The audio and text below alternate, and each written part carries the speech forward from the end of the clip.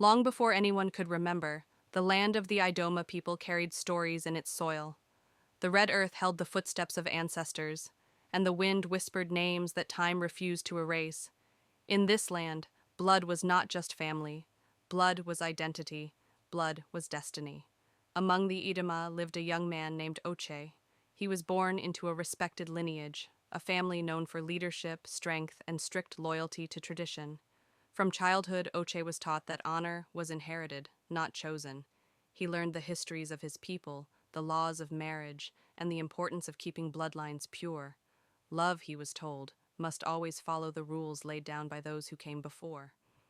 Oche listened, he learned, he obeyed. Yet inside him lived a quiet restlessness he could never explain. Not far from his family compound lived Ene.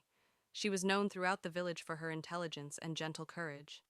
She came from a line of traditional healers and storytellers, people whose duty was to preserve memory rather than power.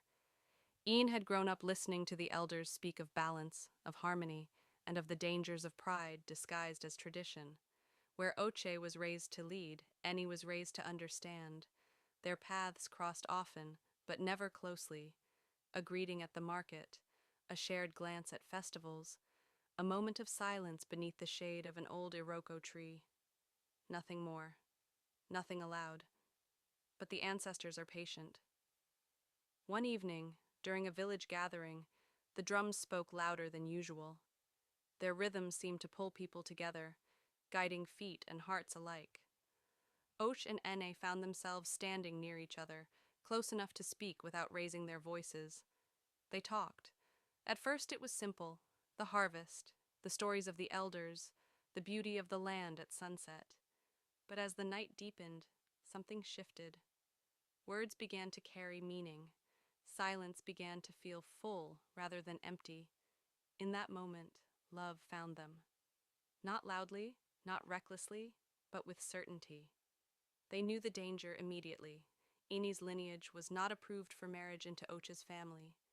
Old disputes, long settled but never forgiven, stood between them.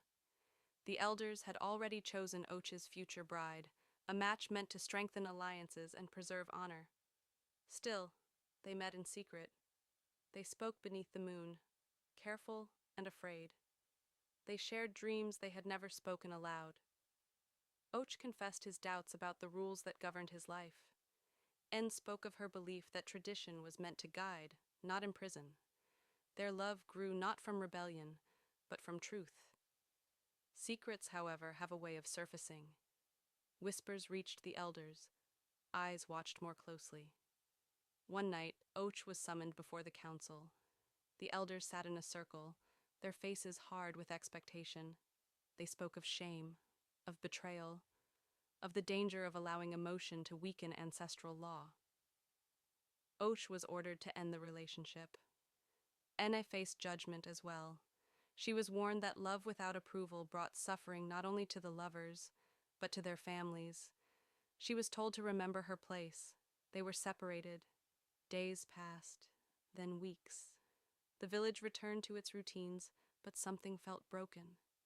Oche walked with the weight of obedience pressing on his chest. Anne continued her duties, but her laughter faded. The land itself seemed to mourn with them.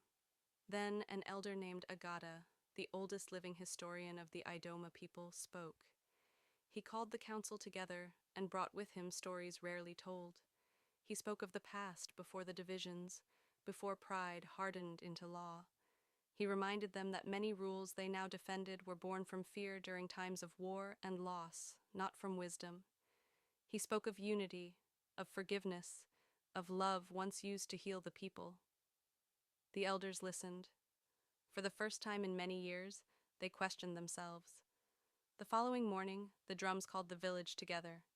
Oche and Ene stood before their people, unsure of what awaited them. The elders spoke openly, admitting that tradition had sometimes been used to protect pride rather than people. They declared that love rooted in respect was not an enemy of the ancestors. Oche and Ene were allowed to stand together. Tears fell, not of anger but of release. Their union was not celebrated as a victory over tradition, but as a return to its true purpose. The village gathered as songs rose into the sky, and the red earth felt lighter beneath their feet. That night, Oche and Ene stood beneath the iroko tree where their love had first spoken. The wind moved gently through the leaves, and the land listened. The ancestors did not turn away. They remembered, and the Idoma people remembered too. That tradition lives not by refusing change, but by choosing wisdom over fear.